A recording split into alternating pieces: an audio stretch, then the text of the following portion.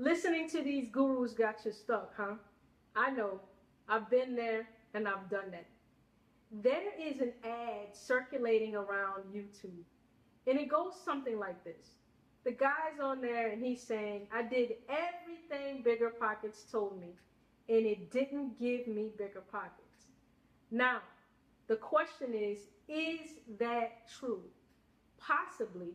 I can't say he's lying because my experience revealed similar results.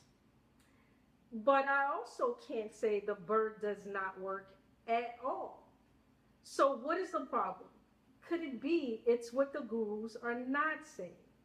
Is the BRRRR strategy missing a piece of information that you are unaware of? Stay tuned as I reveal the missing piece to the BRRRR method. I'm Anitra Preston, co-founder of Vertical Capital. We are a private hard money lender based in New Orleans. No ma'am and no sir, we are not brokers. We lend money directly to local real estate investors, and we teach investors how to become private money lenders. If you like our content, please share it and subscribe to our channel. Today, I'm going to reveal the missing piece to the BRRRR method. So for those of you who are not familiar with this method, BRRRR simply means to buy, rehab, rent, refinance, and repeat this process all over again.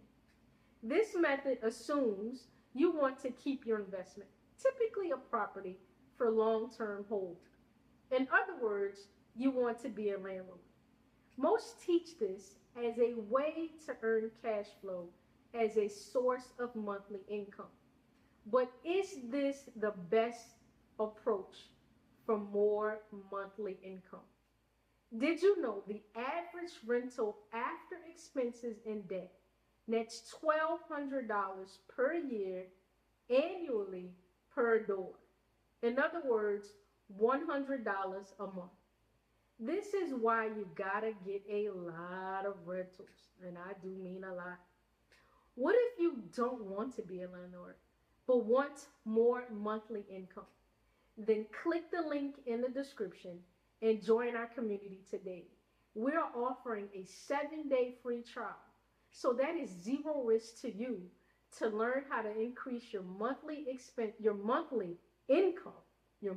income without any of the headaches of any of the other types of traditional investments out there.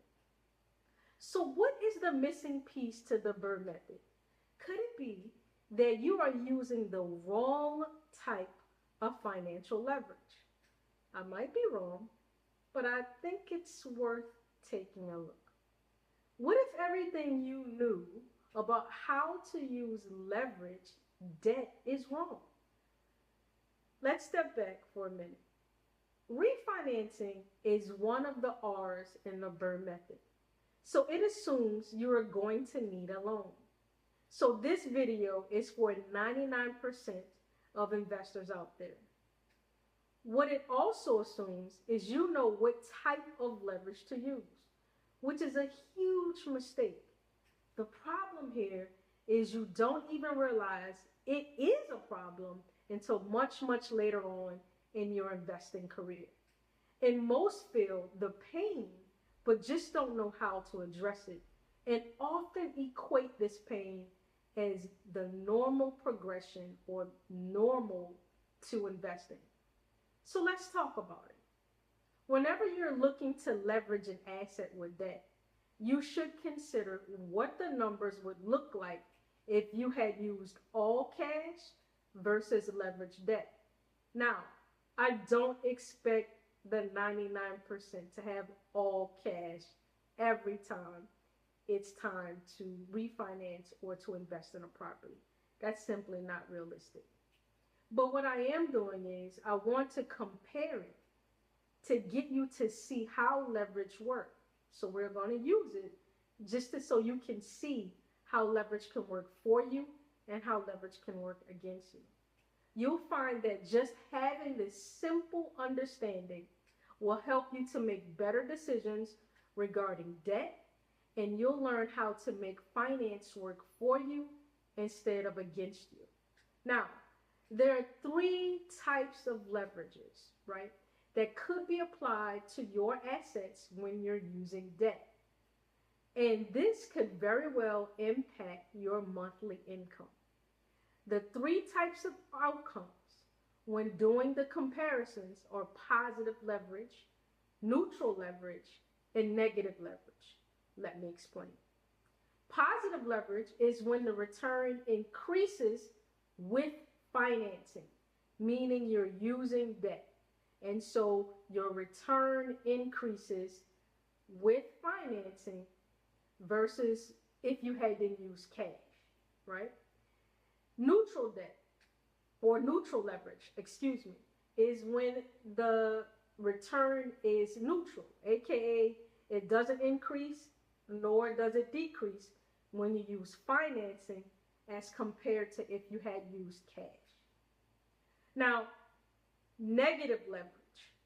Negative leverage is when your returns decrease when you use financing versus if you had used cash. These are the comparisons. Now, negative leverage does not mean, you got to hear me out, it does not mean negative cash flow.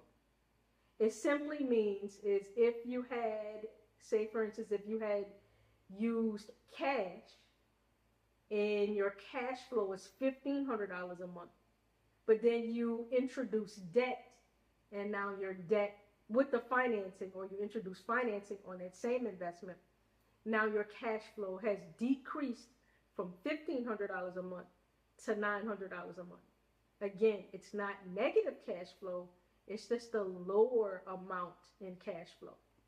So I ask again, could it be that the BRRRR method works, but you are missing the piece on using the right amount of leveraged debt?